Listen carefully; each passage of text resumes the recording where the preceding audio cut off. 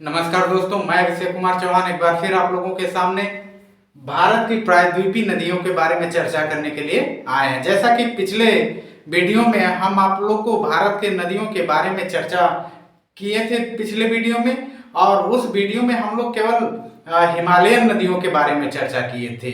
जैसा कि बताया गया था कि भारत के नदियों को हमने दो भागों में बांटा, हिमालयन नदियां और प्रायद्वीपीय नदियां। तो हिमालय की नदियों को अलग पढ़ा गया था। आज हम लोग प्रायद्वीपीय नदियों के बारे में चर्चा करेंगे।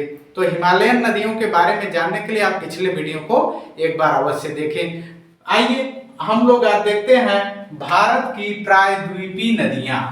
भारत की प्रायद्वीपीय नदियां, प्रायद्वीपीय नदियां क्या होती है? वे नदियां जो प्रायद्वीपीय वाले भाग में पाए जाते हैं उसे हम प्रायद्वीपीय नदियां कहते हैं। और प्रायद्वीप क्या होता है? पेनिनसुला, जिसे इंग्लिश में कहते हैं पेनिनसुला रिवर, यानी वह क्षेत्र जो तीन तरफ से जल से घिरा हो प्रायद्वीपीय क्षेत्र कहलाता है। जैसा कि भारत, इधर हमारा क्या है? बंगाल की खाड़ी है, इधर है बंगाल की खाड़ी, और पूर्व में बंगाल की खाड़ी, पश्चिम में है आपका अरब सागर। क्या है? अरब सागर। इधर अरब सागर है और इधर है हमारा हिंद महासागर। तो तीन तरफ से ये वाला एरिया क्या है? तीन तरफ से ये वाला एरिया पानी से घिरा हुआ है। तो इसे दो भागों में, अब यहीं पर हमारा कौन सा पर्वत पड़ता है? विंध्याचल पर्वत। कौन सा? विंध्याचल पर्वत यहाँ पर पड़ता है, और अरावली पर्वत यहाँ पर रहता है हम लोगों का। तो अरावली पर्वत सबसे पुरानी, विश्व की सबसे प्राचीन अरावली पर्वत श्रेणी में आती है। तो यहाँ पर हम लोग पढ़ेंगे क्या? कि प्रायद्वीपीय नदियों के बारे में पढ़ेंगे। जैसा कि हम अभी बताएं आप लोगों को कि यहाँ पर ये जो अरावली पर्वत है, इस अरावली पर्वत के पास अरावली पर्वत से एक नदी निकलती है। उस नदी का नाम है लूनी नदी। कौन सा नदी? लूनी नदी। यह नदी यहाँ से निकल कर करके क्या होती है? कच्छ की खाड़ी में आकर करके विलुप्त हो जाती है। यह नदी कहाँ पर? एक छोटी सी नदी है जो कि अरावली पर्वत के पास पाई जाती है, या वहीं से निकलती है। वह वहां से निकल करके कच्छ के गर्त में आकर करके समा जाती है और उसका अस्तित्व वहीं तक खत्म हो जाता है। तो ये तो था हमारा लूनी नदी। लेकिन यहाँ पर एक हमारा जगह पड़ता है, यहाँ पर एक जगह है अमरकंटक, छत्तीसगढ़ में। छत्तीसगढ़ में एक स्थान पड़ता है अमरकंटक। कौन सा स्थान पड़ता है दोस्तों? अमरकंटक। यहाँ से तीन नदियां निकलती हैं। एक नदी यहाँ से निकलती है, आ जाती है अरब सागर में, और एक नदी यहाँ से निकल कर आती है बंगाल की खाड़ी में, और एक नदी यहाँ से निकल करके जाती है गंगा नदी में मिल जाती है। तो हालांकि उत्तर भारत वाला एरिया है, इधर से ये वाला गंगा नदी यहाँ से आती है, ऐसे ऐसे जाकर करके बंगाल की खाड़ी में ये गिर जाती है गंगा नदी। तो इधर से जो जाकर के, यानी इधर से ये सोन नदी जाती है। कौन नदी जाती है? यह सोन नदी गंगा की सहायक नदी है, और यह पहली एक ऐसी नदी है जो कि दक्षिण की दिशा से जाकर करके गंगा में मिलती है। तो ये सोन नदी, पूछा जा सकता है कि गंगा की वह सहायक नदी बताओ जो दक्षिण दिशा से आकर मिलती है। तो दक्षिण दिशा से कौन नदी जाती है? सोन नदी। कहां से निकल करके? अमरकंटक की पहाड़ी से निकल करके जाकर वहां पर मिलती है। तो ये तो अपना सोन नदी हो गया। अब दूसरी नदी एक आती है यहाँ से आकर के जो अरब सागर में मिलती है, वह नदी है नर्मदा नदी। कौन सी नदी है? नर्मदा नदी। अच्छा, ये नर्मदा नदी होगी। अब यहीं से एक और नदी आकर के मिल जाती है जिसका नाम है ताप्ती। कौन सी नदी? ताप्ती नदी है। अच्छा, प्रश्न पूछा जा सकता है कि ऐसी दो नदियों का नाम बताइए जो कि पूर्व से पश्चिम की दिशा में बहती हैं। पूर्व से पश्चिम की दिशा में बहती हैं। अच्छा, इसी के बीच में एक पर्वत श्रेणी पाई जाती है जिसका नाम है सतपुड़ा पर्वत। क्या है? सतपुड़ा पर्वत। तो ये ऐसे भी प्रश्न पूछा जा सकता है कि ऐसे दो नदियों का नाम बताइए जो कि पर्वत श्रेणियों के बीच से गुजरती है। ये तो इसे रिफ्ट घाटी भी कहते हैं, द्रोणी घाटी भी कहा जाता है। इस चूंकि सतपुड़ा पर्वत की घाटियों में से ये दोनों नदियां बहती हैं। अच्छा, आइए देखते हैं नर्मदा नदी के बारे में थोड़ा सा और देख लें। यह जो नर्मदा नदी है अमरकंटक, छत्तीसगढ़ के अमरकंटक से निकल कर करके अरब सागर में आकर के मिलती है। अच्छा, जब यह एमपी के जबलपुर में, यह नर्मदा नदी जब एमपी के जबलपुर में आती है, एमपी के जबलपुर में आती है, तो यह ऊपर से क्या होती है, ऊपर से ये नदी नीचे की तरफ गिरती है, ऊपर से ये नदी नीचे की तरफ गिरती है, झरने का रूप ले लेती है, वाटरफॉल्स का रूप, जलप्रपात का रूप ले लेती है। तो यह जबलपुर में ये नर्मदा नदी ऊंचाई से जब नीचे की तरफ गिरती है तो एक जलप्रपात बनाती है, और वो उस जलप्रपात का नाम है धुआंधार जलप्रपात। क्या नाम है?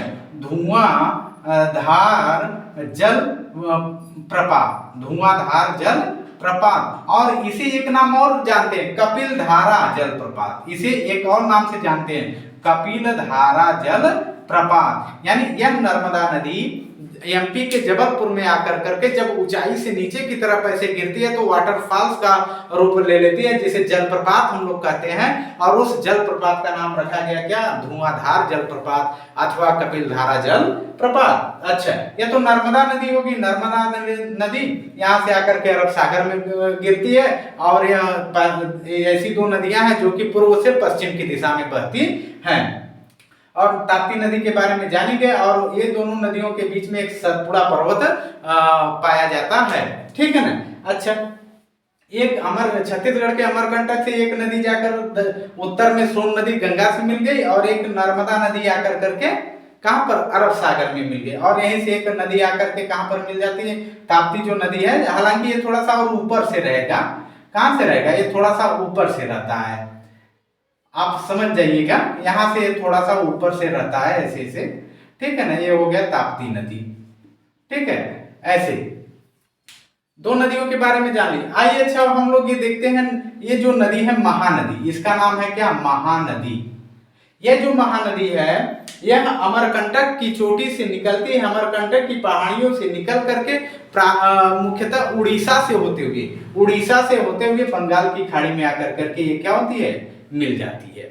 कहां पर? अमरकंटक से निकलते हुए उड़ीसा से होकर करके बंगाल की खाड़ी में मिल जाती है। और जो आपका हीराकुंड बांध है, जो हीराकुंड बांध है वह इसी महानदी पर बना है। हीराकुंड बांध किस नदी पर बना है भाई? महानदी पर बना है। और ये महानदी कहां से होकर गुजरती है? उड़ीसा से होकर के गुजरती है। तो आप इसके बारे में जान गए। अच्छा, आइए अब हम लोग देखते हैं एक नदी जो कि महाराष्ट्र के नासिक से निकल करके जाती है, वह जाकर करके बंगाल की खाड़ी में गिर जाती है। वह और कोई नदी नहीं, वह नदी है गोदावरी। कौन सी नदी है? गोदावरी नदी। यह दक्षिण भारत की सबसे लंबी नदी मानी जाती है। पहली बात, गोदावरी नदी महाराष्ट्र के नासिक से निकल कर करके कहां पर जाती है? बंगाल की खाड़ी में जाकर के गिर जाती है। यह सब दक्षिण भारत की सबसे बड़ी नदी है। और यह नदी क्या करती है? इस नदी की विशेषता है कि जो मान सम्मान उत्तर भारत में गंगा नदी को प्राप्त है, वही मान सम्मान दक्षिण भारत में गोदावरी नदी को प्राप्त है। तो इससे आप ये ध्यान रख सकते हैं।